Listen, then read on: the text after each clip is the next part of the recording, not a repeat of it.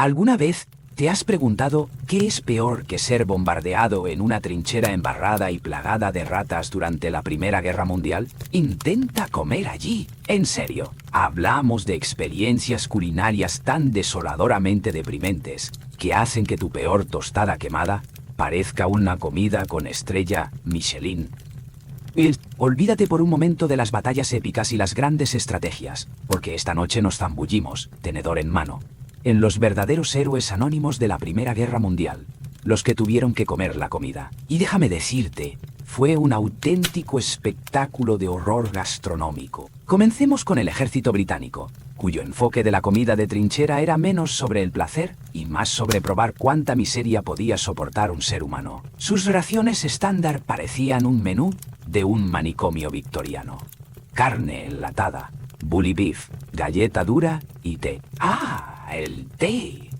El bully beef era carne de conserva enlatada, suspendida en una grasa gelatinosa, aprisionada en latas que aparentemente requerían una bayoneta, una roca o un milagro divino de una deidad descontenta para abrirlas. Su consistencia, pura, inmaculada pena. El sabor, algo que pudo haber sido carne alguna vez, quizá en una vida pasada, posiblemente antes de intimar íntimamente con una lata. Los soldados la comían fría, la untaban como desesperación en galletas saladas, o, si se sentían aventureros y lo suficientemente suicidas como para encender un fuego bajo bombardeo, la freían. Luego estaba la galleta dura, cariñosamente conocida como rompedientes o galletas de perro. Estas cosas eran densas, secas y capaces de sobrevivir a un impacto directo de artillería, una inundación o la muerte térmica del universo. Muchos Tommies, así llamaban a los soldados británicos, Dios los bendiga,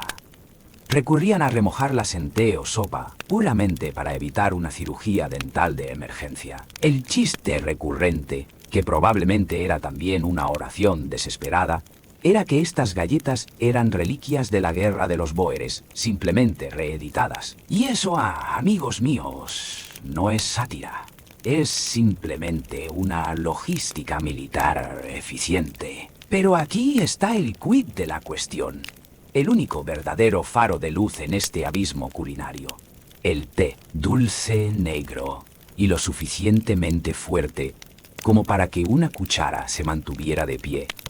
O quizás incluso para proporcionar un apoyo improvisado para la trinchera. Era la manta de confort líquida del soldado británico, servido a todas horas, en todas las situaciones. Antes de un ataque, té. Durante un ataque con gas, té. Después de enterrar a un compañero, lo adivinaste, té. Un oficial bromeó célebremente que el té había salvado más vidas británicas que cualquier chaleco antibalas. Honestamente, dada la calidad de las otras raciones, podría haber dado en el clavo. Por supuesto, la calidad de la ración era un boleto de lotería a la decepción. Las tropas de primera línea a menudo pasaban días sin comida fresca. Cuando aparecía, a menudo estaba anegada, mohosa o ya habitada por ratas mejor alimentadas. Algunos servían pudín de trinchera con sobras, carne enlatada, migas de galleta y una generosa pizca de angustia existencial. Y luego estaba el infame estofado Maconochie, un brebaje misterioso enlatado de nabos, patatas y grasa, con un débil e inquietante aroma a sueños olvidados. Frío, sabía a pena. Calentado, sabía un poco menos de pena.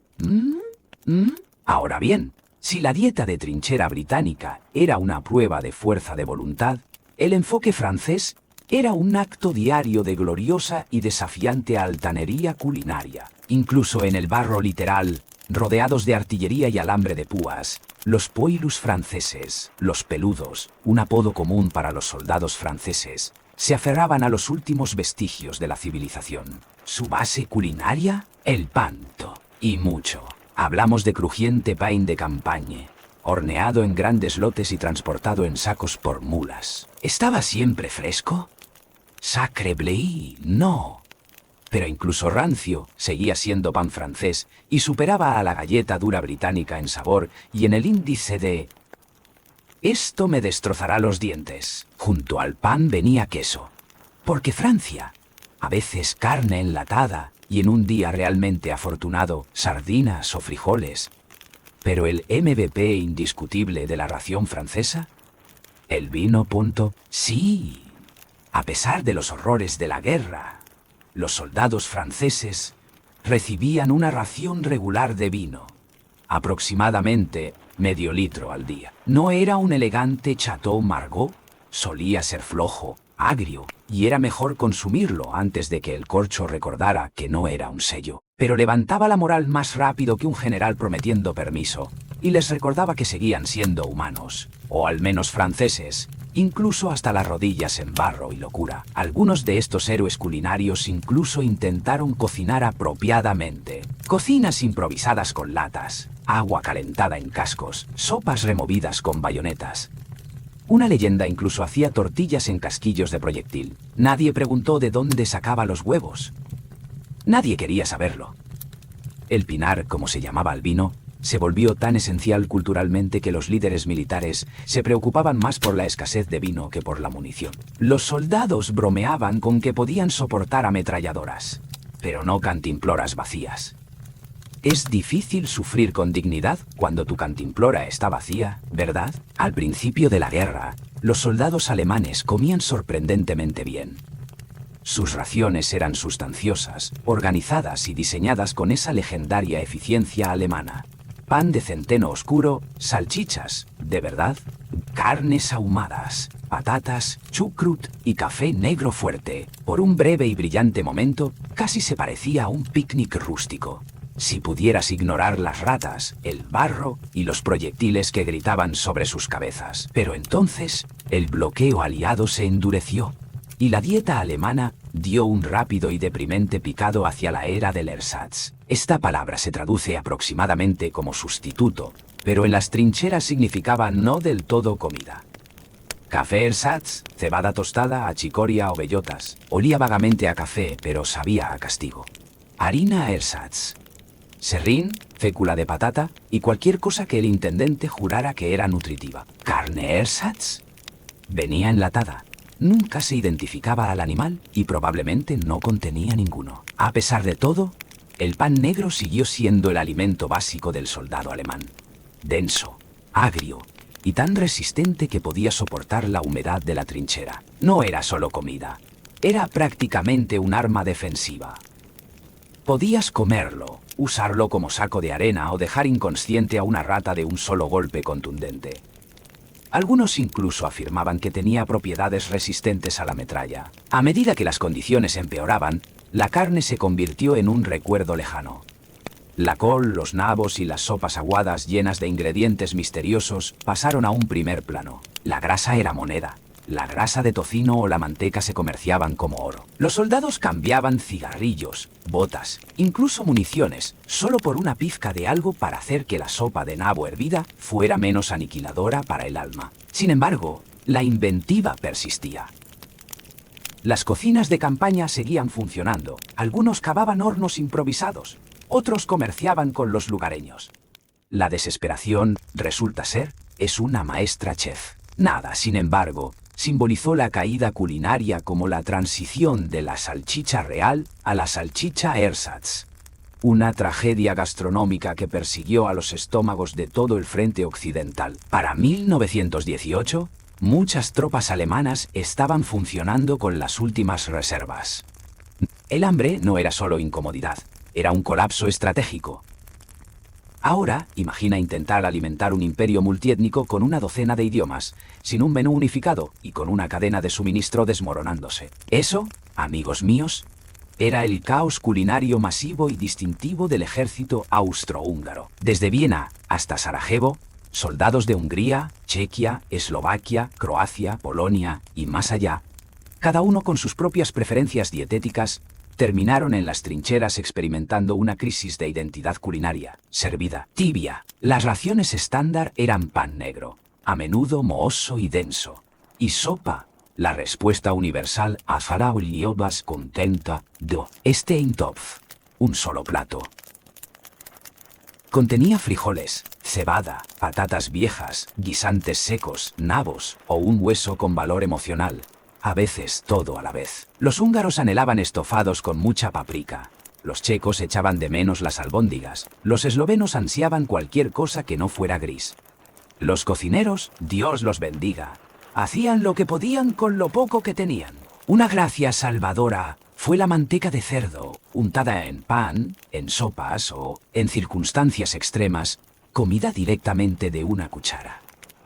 ¿Nutritivo? Sí. ¿Delicioso? Absolutamente no. Pero en la guerra de trincheras, las calorías superaban a la gastronomía una y otra vez. La logística era una pesadilla. Los suministros se retrasaban, se perdían o simplemente se desviaban a saber dónde. Algunas tropas pasaban días sin comidas completas, lo que llevaba a la búsqueda de alimentos, el saqueo o la improvisada reutilización de caballos en estofado. Advertencia: rara vez se les pedía su opinión a los caballos.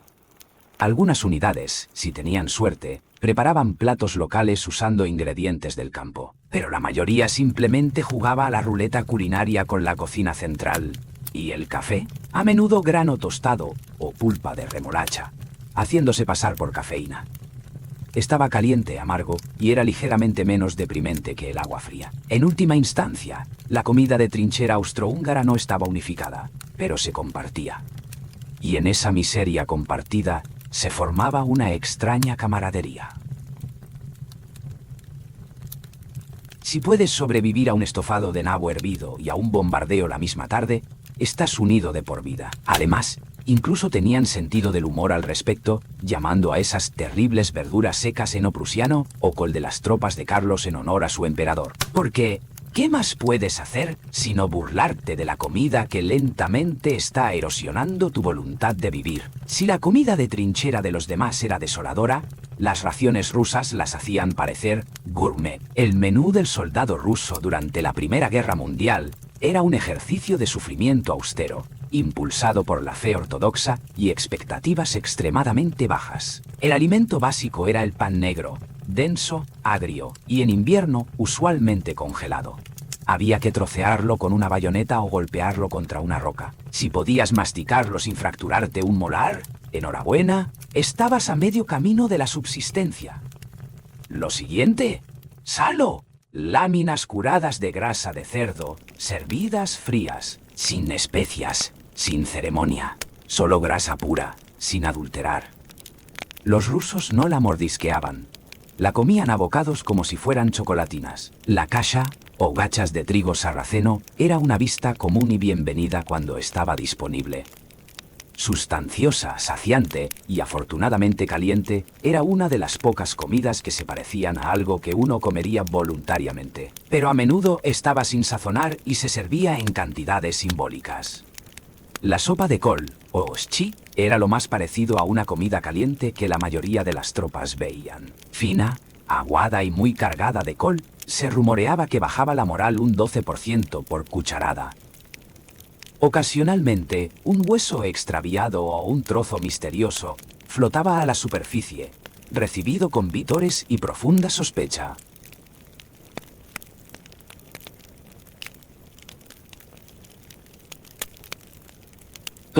Carne, escasa y filosófica. Cuando aparecía, era vieja, gris o posiblemente de caballo. Nadie preguntó. La línea entre el hambre y la dignidad era delgada, y la mayoría de los soldados la cruzaba a diario. Las líneas de suministro rusas, ya extendidas por un vasto imperio, eran notoriamente desorganizadas. Los soldados a menudo recibían su comida tarde o no la recibían en absoluto. Durante las ofensivas, recurrían al saqueo de aldeas, a hervir corteza o simplemente a masticar su propia tristeza. Y luego estaba el vodka, la ración no oficial del ejército ruso. No siempre estaba disponible, pero cuando lo estaba, funcionaba como analgésico, estimulante moral y, si se bebía lo suficientemente rápido, como sustituto de la sopa. Desafortunadamente, a menudo estaba aguado o reemplazado por cosas que simplemente se parecían al vodka y olían sospechosamente a pulimento para muebles. Al final, la comida de trinchera rusa no se trataba tanto de lo que comías, sino de lo que sobrevivías. Si tenía calorías y no se resistía, estabas agradecido. Si llegaba caliente, era un milagro o una trampa. Cuando los americanos finalmente llegaron en 1917, lo hicieron con un optimismo fresco, un equipo reluciente y la firme creencia de que su comida era mejor que la de todos los demás. Y técnicamente, lo era, si juzgabas las comidas puramente por el recuento de calorías y no por el trauma emocional. El núcleo de la dieta de cada soldado americano era la ración de reserva. Un corredor de la muerte cuidadosamente empacado de carne enlatada, galletas duras, café, azúcar, sal y el condimento más americano. 3 cigarrillos por comida. Sí, el ejército de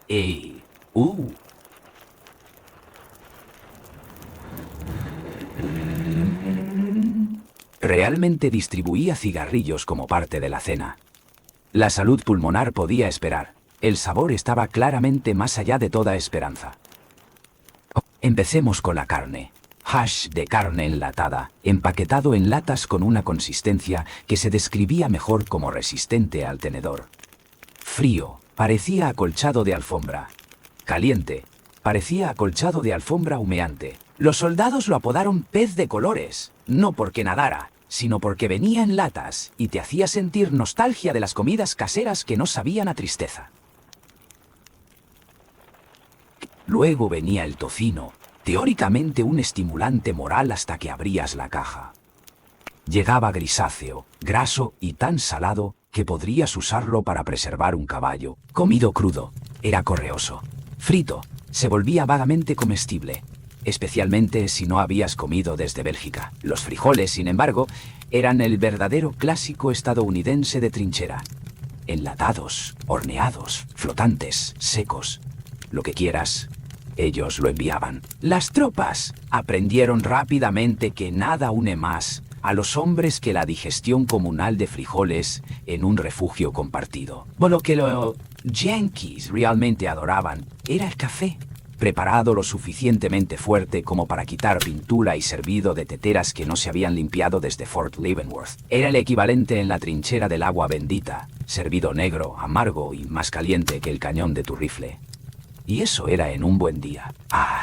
Y no olvidemos el chicle, pensado para combatir el estrés, pudrir los dientes más lentamente y quizás evitar que te mordieras los propios dedos durante el bombardeo. Para ser justos, las raciones americanas eran fiables, lo que las hacía exóticas para los estándares europeos. Claro, carecían de sabor, pero llegaban a tiempo, no te atacaban y rara vez incluían gusanos vivos. Dicho esto, después de 5 días de frijoles y hash, incluso los alemanes empezaron a parecer menos amenazantes que otro desayuno de pez de colores. Alimentar a un ejército a lo largo de un vasto imperio nunca es fácil. Alimentar a un ejército a través de desiertos, montañas e infraestructuras colapsadas, con un pie en el siglo XX y el otro en un caos logístico total, esa era la cocina de trinchera del Imperio Otomano.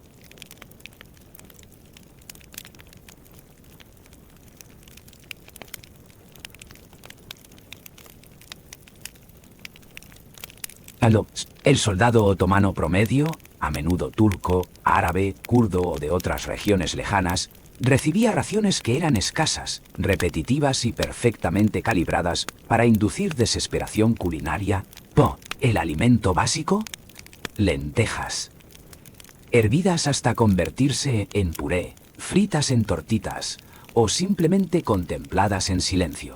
Las lentejas eran la columna vertebral de la dieta de la trinchera, no por elección, sino por un destino inevitable con forma de lenteja.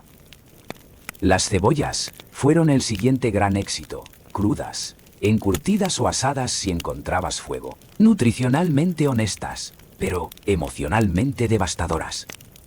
Y luego estaba el pan plano, que era realmente decente cuando fresco, pero esto eran las trincheras, así que rara vez lo estaba. Una vez endurecido, servía como blindaje o sandalias de emergencia. Carne. No seamos codiciosos. Cuando llegaba, solía ser cordero o cabra salada, correosa, con sabor a caza y lo suficientemente vieja como para recordar la guerra de Crimea. La mayoría de los soldados veían carne solo en ocasiones especiales o en sus sueños más profundos y deliciosos. Mientras tanto, se conformaban con bulgur, arroz o cualquier cosa que no se resistiera en el saco de provisiones. La cadena de suministro otomana, nunca conocida por su velocidad relámpago, se averiaba con frecuencia. La comida era transportada en carros, en mulas o a cuestas de los propios soldados. Si llovía, los suministros se empapaban. Si hacía sol, se estropeaban. Si el tiempo era neutro, los robaban. No había forma de ganar. A su favor, muchos soldados otomanos eran cocineros de campo decentes, usando nada más que una olla abollada, una pizca de comino y pura fuerza de voluntad. Podían convertir las raciones en algo que vagamente se pareciera a comida. Pero seamos sinceros, esto era supervivencia creativa, no alta cocina. La verdadera tragedia: no había café, al menos no del bueno. Una vez, un pilar del imperio, el verdadero café turco, se convirtió en una víctima de la guerra. Lo que lo reemplazó era amargo, aguado y preparado con garbanzos o bellotas tostadas. No inspiraba poesía. Los soldados canadienses entraron en la guerra bajo mando británico y, por lo tanto, heredaron el glorioso sistema de raciones británico. Esto significaba que ellos también fueron bendecidos con la santa trinidad de la cocina de trinchera: carne enlatada, galleta dura y té. Comencemos con la temida carne enlatada. Seguía siendo la misma lata de arrepentimiento brillante y comprimido que se les daba a los británicos, excepto que a menudo estaba más fría y posiblemente congelada. En invierno, se informó que las tropas canadienses usaban las latas sin abrir como ladrillos de hielo. En verano simplemente las dejaban sin abrir por razones de seguridad. La galleta dura era otra alegría. El equivalente en galleta a una losa de hormigón era seca, insípida y ocasionalmente databa de la guerra anterior. Los soldados la remojaban en té, sopa o cualquier cosa lo suficientemente húmeda como para evitar una cirugía dental de emergencia. Un soldado canadiense afirmó que usó su galleta dura como tope de puerta después de la guerra. Funcionó perfectamente. Y luego, por supuesto, estaba el té, fuerte, caliente y preparado en cada oportunidad. Incluso bajo fuego de artillería, se podía ver a las tropas canadienses agachadas detrás de sacos de arena, aferrándose a tazas de esmalte humeantes como si estuvieran ahuyentando demonios. El té no era una bebida, era una identidad nacional con cafeína. A diferencia de sus contrapartes británicos, algunos canadienses traían sus propios estimulantes morales caseros. Un poco de jarabe de arce contrabandeado de casa, quizás algunas galletas de melaza en una lata de una tía de la pradera. Estos tesoros eran raros y, naturalmente, se compartían con todos, porque es difícil comer solo cuando alguien te mira con ojos congelados. Y no olvidemos el tocino, distribuido en generosos bloques de carne salada y grasosa. Se freía sobre fuegos improvisados cada vez que alguien se atrevía a arriesgarse a atraer la artillería. Los canadienses aprendieron rápidamente que el tocino es maravilloso, justo hasta que una rata intenta robarlo a mitad de su chisporroteo. El sistema de suministro canadiense, aunque seguía dependiendo de la red logística más grande del imperio, tendía a funcionar un poco más eficientemente, o al menos creativamente. Las raciones se estiraban, se intercambiaban, y ocasionalmente se liberaban de unidades cercanas con menos centinelas. Hablando de liberadas, ¿alguna vez oíste hablar del infame truco de la granada de carne enlatada? Aparentemente, algunas unidades canadienses arrojaban latas de carne enlatada a las trincheras alemanas, sabiendo que sus raciones eran peores. Los alemanes, agradecidos por el regalo inesperado, eventualmente gritaban, y fue entonces cuando los canadienses lanzaban granadas en su lugar, gritando: «Esas también las pueden compartir». ¿Moralmente ambiguo? Quizás brutalmente eficiente. Apuesta tu galleta dura. Cuando el Imperio Británico llamó, la India respondió, enviando a más de 1 millón de tropas a luchar en una guerra que no tenía nada que ver con ellos. y aún menos que ofrecerles en términos de comida familiar. Los soldados indios, muchos de los cuales seguían estrictas reglas dietéticas religiosas o culturales, aprendieron rápidamente que las raciones de trinchera eran menos sobre el sustento y más sobre la pérdida de identidad a cucharadas. La ración británica estándar, carne enlatada, galleta dura y té, era completamente incomible para muchos soldados indios. A los hindúes se les ofrecía carne de res, mientras que a los musulmanes se les entregaba cerdo. Y a todos, independientemente de su origen, se les obligaba a comer algo que sabía a indiferencia colonial. A su favor, muchas unidades indias simplemente se negaron a comer carnes prohibidas, incluso bajo fuego. En su lugar, unieron recursos, cocinaron por separado cuando se les permitió, y usaron cualquier cosa, desde ollas abolladas hasta cascos de acero, para hervir dal, arroz o sambar. En los buenos días, lograban replicar platos simples. En los malos, hervían cebollas y esperaban una intervención divina. Las especias, cruciales en la cocina india, eran más raras que una cama caliente, a menos que se contrabandearan en paquetes de ayuda o se liberaran de los almacenes de los oficiales británicos. Sin ellas, cada plato sabía a Europa. Gris, húmedo y vagamente resentido. Los comandantes británicos, siempre ansiosos por malinterpretarlo todo, ocasionalmente intentaron mejorar las cosas distribuyendo carne enlatada al curry, que era simplemente carne enlatada normal, espolvoreada con imperialismo y un con imperialismo y un ligero arrepentimiento. A pesar de las indignidades, los soldados indios improvisaban como ninjas culinarios experimentados. Chapatis se hacían con harina de trinchera, fritas en palas. Las lentejas se remojaban en las gamellas. Algunos hombres llevaban mezclas de especias en pequeñas bolsas de tela, custodiándolas más celosamente que sus rifles. Y siempre que había tiempo, las comidas se compartían en comunidad, porque eso es lo que hace la familia, incluso en una trinchera. La comida pudo haber sido escasa, pero la dignidad era densa. Esto no se trataba solo de sabor, se trataba de fe.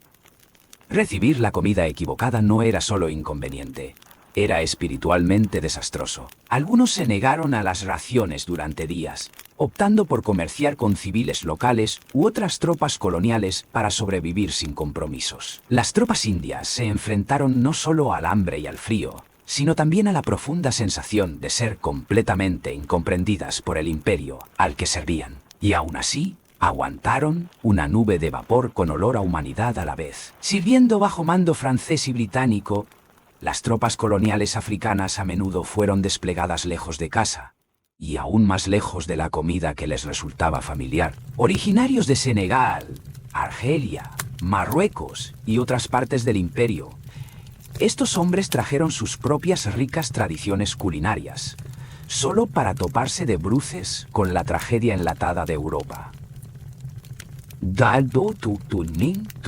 Los franceses, a su favor, distribuían raciones ligeramente más comestibles que los británicos, pero para las tropas de África Occidental, una lata de carne fría y un trozo de pan no satisfacían el antojo de gachas de mijo o estofado picante de cacahuete. Mayormente provocaba confusión. El equipo estándar incluía galleta dura, carne enlatada y ocasionalmente un trozo de pescado salado. Pero estos alimentos chocaban violentamente con las dietas locales, tanto digestiva como espiritualmente. Muchas tropas improvisaron sus propias cocinas justo detrás de las trincheras, alimentadas con fuegos de leña, tapas de casco y una memoria obstinada. El arroz, cuando estaba disponible, se transformaba en algo nutritivo. Una olla de agua hirviendo, un puñado de granos y unas pocas especias encontradas podían crear un sabor a hogar. El quindombó seco, las cebollas y los pimientos, contrabandeados, intercambiados o recolectados, transformaban las aburridas raciones francesas en algo vagamente reconocible. Algunas unidades argelinas y marroquíes incluso llevaban pequeños tajines o ollas de metal, usándolos para crear estofados cocinados a fuego lento que ponían celosos y confundidos a los soldados vecinos por igual. Incluso bajo fuego de artillería, removían, sazonaban y servían. Porque si el final se acercaba, Al menos debería oler a comino. Pero los malentendidos culturales eran profundos. A menudo se distribuía cerdo a las tropas musulmanas. Se ignoraba el ayuno religioso. Los oficiales franceses, desconcertados porque sus raciones no eran universalmente adoradas, respondieron de la única manera que un oficial colonial podía, culpando a las tropas por ser desagradecidas. Aún así, la comida era solo una parte de la lucha. Muchas tropas africanas fueron tratadas como mano de obra prescindible. Cavaban trincheras, transportaban suministros y ocupaban las líneas del frente más peligrosas. Las comidas eran apresuradas, racionadas injustamente o saltadas por completo cuando las cosas se complicaban. Y aún así, cocinaban, compartían, se adaptaban. Resistieron el gran aplanamiento europeo del gusto con fuego, especias y una creatividad imperecedera. El soldado italiano marchó a la guerra con visiones de pasta, polenta y el ragú de mamá. Lo que obtuvo fue un plato de frijoles, un trozo de pan militar y la congelada constatación de que nadie cocina al dente bajo fuego de artillería. Luchando a lo largo del montañoso frente del Isonzo, las tropas italianas soportaron algunos de los terrenos más castigadores de la guerra. Su comida tenía que ser transportada por mulas a través de acantilados escarpados y valles helados, asumiendo que las mulas no fueran bombardeadas, robadas o simplemente demasiado deprimidas para continuar. La ración estándar, panini de guerrilla, pan de guerra, una hogaza densa y grisácea hecha de trigo, cebada y desesperación existencial, era lo suficientemente resistente como para detener la metralla, y lo suficientemente seco como para absorber la humedad de tus recuerdos. Junto a esto, venían frijoles, generalmente blancos o marrones, hervidos hasta la sumisión, y a menudo aderezados con decepción y nieve derretida. La carne de cerdo salada aparecía ocasionalmente, añadiendo grasa y sal, pero no mucha dignidad. La carne era dura y fibrosa, a menudo cortada directamente de losas congeladas con cuchillos de trinchera o blasfemias creativas. Si las líneas de suministro aguantaban un sí muy grande, los soldados podían obtener macarrones o polenta, aunque ambos llegaban fríos, coagulados y lejos de ser poéticos. Cocinar en las trincheras era casi imposible, especialmente cuando tu cocina era un casquillo de proyectil oxidado y tu combustible era medio poste de valla. Y luego estaba el vino, la modesta ración de vino italiano que hacía todo lo posible por levantar el ánimo, aunque en su mayoría levantaba cejas. Aguado y agrio, era menos elegancia Chianti y más accidente en un viñedo. Aún así, un sorbo cálido de vino tinto en una trinchera cubierta de nieve era suficiente para recordarte que la vida alguna vez había incluido mesas y sillas. La logística era un enemigo constante. En invierno, la comida se congelaba antes de llegar al frente. En verano, se estropeaba durante el tránsito. Y entre tanto, era robada por ratas, oficiales o tu propio estómago antes de que abrieras la lata. A pesar de todo, los soldados italianos seguían comiendo, cantando y a veces incluso sazonando. Si no podían volver a casa a la cocina de mamá, se conformarían con hacer risotto de trinchera con barro extra. Si el frente occidental era barro y gas mostaza, el frente balcánico era barro, montañas y muchísima col. La lucha aquí era brutal, caótica y usualmente fría, y la comida igualaba el estado de ánimo con admirable consistencia. Las tropas balcánicas, ya fueran serbias, búlgaras, montenegrinas o de otras nacionalidades, subsistían mayormente con lo que pudiera hervirse en un guiso, sin violar las leyes de la física. La col, las patatas y las cebollas eran comunes, asequibles y lo suficientemente robustas como para sobrevivir a un transporte largo. Desafortunadamente, también lo era el olor, que se adhería a uniformes, tiendas y probablemente a las fosas nasales del enemigo a sotavento. La base de casi todas las comidas era la sopa. Fina, grasienta y cocinada sobre fogatas si tenías suerte, o sobre muebles ardiendo si no la tenías. Una buena sopa podría contener frijoles, cebada o una legumbre misteriosa donada por el destino. Una gran sopa podría contener carne de verdad, usualmente cordero, grasa de cerdo o, en casos extremos, un antiguo caballo de caballería que había servido honorablemente. Y luego, bueno, deliciosamente. Había pan cuando estaba disponible, pero a menudo era escaso. Los soldados a veces elaboraban galletas de harina y agua, secadas duras como piedra, y usadas indistintamente como alimento y como instrumentos contundentes. El café era raro, usualmente reemplazado con cebada o bellotas tostadas, un patrón visto en los frentes más pobres de la guerra.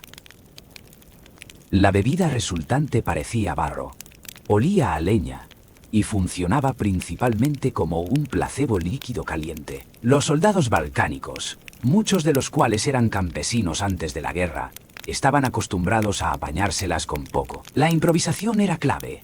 Un trozo de carne ahumada, una ramita de hierbas silvestres o el ocasional diente de ajo podían elevar un cubo de desesperación hervida en algo casi nutritivo. Casi, desafortunadamente, las líneas de suministro en los Balcanes eran imaginativas. Las carreteras eran primitivas, los ferrocarriles inexistentes en muchas zonas y la comida a menudo viajaba en carro de bueyes o por pura esperanza. Las raciones llegaban tarde, incompletas o nunca. La búsqueda de alimentos se convirtió en una habilidad necesaria. Robar en aldeas abandonadas era común. Cambiar cigarrillos por huevos era prácticamente un deporte olímpico. Sin embargo, la moral de alguna manera persistía, porque nada une más a los hombres que sufrir por la misma olla de col demasiado cocida. Si las raciones de trinchera eran malas, las comidas de los prisioneros de guerra las hacían parecer gourmet. Los soldados capturados en la Primera Guerra Mundial se encontraban atrapados en campamentos donde lo único peor que la compañía era la cocina. Si es que se puede llamar cocinar a hervir la desesperación en una olla. La comida estándar para prisioneros de guerra en la mayoría de los campamentos, alemanes, rusos, franceses, británicos, era sopa. Siempre sopa, fina, gris, ocasionalmente caliente, y a menudo descrita por los supervivientes como colaguada o líquido caliente con flotadores. Nadie sabía qué flotaba. Nadie quería preguntar. Junto a este pantano culinario venía un trozo de pan, usualmente rancio y lo suficientemente denso como para servir de tope de puerta o garrote. Este pan a menudo se estiraba con serrín o fécula de patata, dependiendo de quién fingiera que seguía siendo comestible. La carne era mítica. Cuando aparecía, se medía en miligramos. Una loncha de salchicha vieja, un hueso con un recuerdo de sabor. Una vez, célebremente, un campo de prisioneros de guerra francés sirvió algo que llamaron carne de res, y resultó ser rata hervida. Las críticas fueron mixtas. La rata no comentó. Las calorías eran bajas, a niveles de inanición. Muchos prisioneros perdieron un peso significativo en las primeras semanas. Algunos se adaptaron, otros no. En los campos rusos, donde las líneas de suministro eran básicamente solo ilusiones, la inanición era común. En los campos alemanes, las raciones disminuyeron drásticamente a medida que la guerra se prolongaba y los recursos se agotaban. Entran en escena los paquetes de la Cruz Roja. Un salvavidas literal. Estos paquetes de ayuda, en su mayoría de los británicos, incluían carne enlatada, galletas, chocolate, té y jabón. Cuando llegaban, eran atesorados. Cuando no, las cosas se ponían medievales. Los prisioneros comerciaban, apostaban y guardaban sus paquetes como dragones acaparando leche enlatada. La comida se convirtió en moneda. Una lata de mermelada podía conseguirte calcetines. Una barra de chocolate, protección. Una rebanada de pan de verdad, prácticamente una palanca política. Algunos prisioneros incluso se convirtieron en cocineros del campamento, creando comidas elaboradas con el escaso contenido de las cajas de la Cruz Roja. Patés de sardinas, pudín de galletas, incluso asados simulados, todo preparado en enteadas, cocinas improvisadas en cabañas con suelo de tierra bajo la atenta mirada de los guardias, sin absolutamente ningún aprecio por el genio culinario. Detrás de cada soldado exhausto que masticaba carne misteriosa, se alzaba una figura olvidada con un cucharón y una mirada perdida en el infinito. El cocinero de trinchera. Estos no eran chefs célebres. No tenían libros de recetas ni delantales. Tenían ollas abolladas, fuegos inestables y el desafío diario de convertir las raciones militares en algo que no fuera usado como mortero de trinchera. Las cocinas de campaña eran artilugios móviles con ruedas, arrastrados detrás de las líneas y disfrazados de dispositivos para hacer sopa. En realidad, eran tanques que echaban humo llenos de estofado, té y ambición. Los cocineros tenían que trabajar con lo que tenían, que casi siempre era escasez. El día de un cocinero de trinchera comenzaba temprano y terminaba cuando la artillería lo permitía.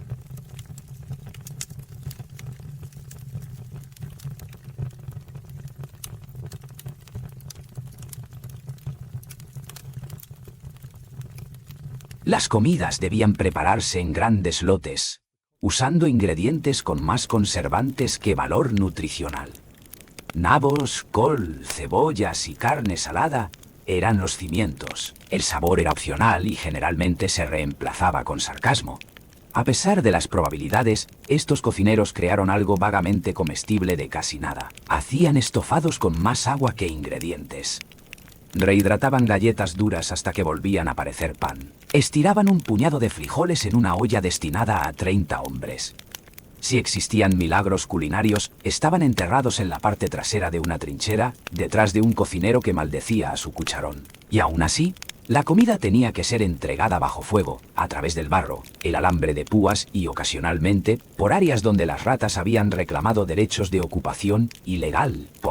Los soldados arriesgarían la vida y la integridad física por una comida caliente, y los cocineros arriesgaban la suya tratando de llevársela mientras empujaban carros de sopa a través del infierno. Algunos ejércitos incluso desarrollaron trincheras de fuego improvisadas donde la comida podía calentarse sin que las reveladoras columnas de humo atrajeran a los francotiradores enemigos. En climas fríos, estos lugares se volvían sagrados. En verano, se convertían en criaderos de moscas. Los cocineros de campaña también eran soldados. Se les quejaba, se bromeaba con ellos. Se les suplicaba pan extra. Un buen cocinero podía mantener una unidad funcionando. Un mal cocinero, bueno, no duraban mucho.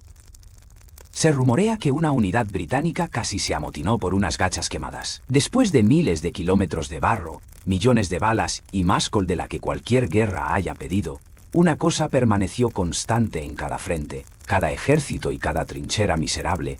Comer te mantenía humano apenas. La comida de trinchera no se trataba de placer.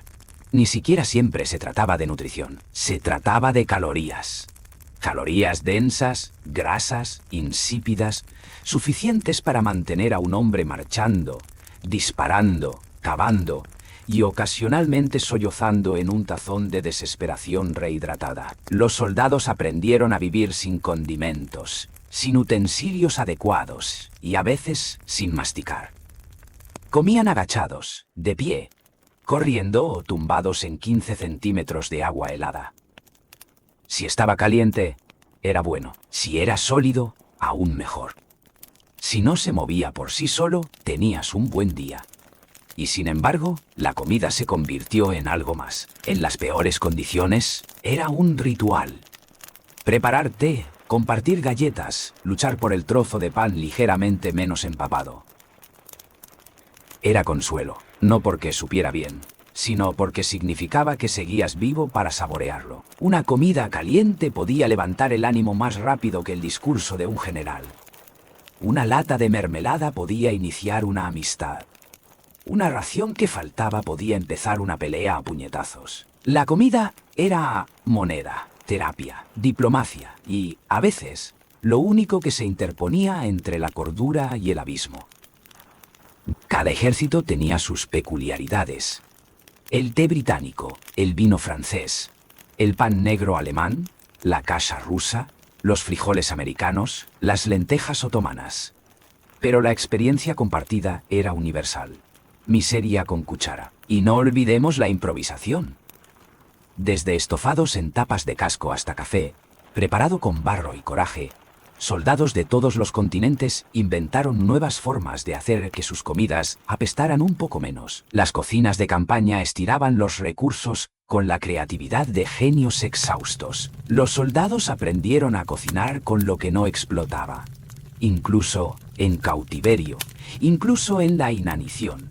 La comida significaba algo, significaba cultura, hogar, identidad, la pequeña llama de quien eras antes de que la guerra te empujara a un agujero y te entregara una cuchara. Porque en un mundo donde todo se desmoronaba, una comida caliente, incluso una hecha de grasa, miedo y col, era un recordatorio de que aún no te habías rendido. Y seamos realistas, sobrevivir a ese tipo de menú. Esa es la verdadera victoria. Porque si puedes comer eso y seguir funcionando, no eres solo un soldado, eres una leyenda. Preferiblemente uno que trajera su propia salsa picante.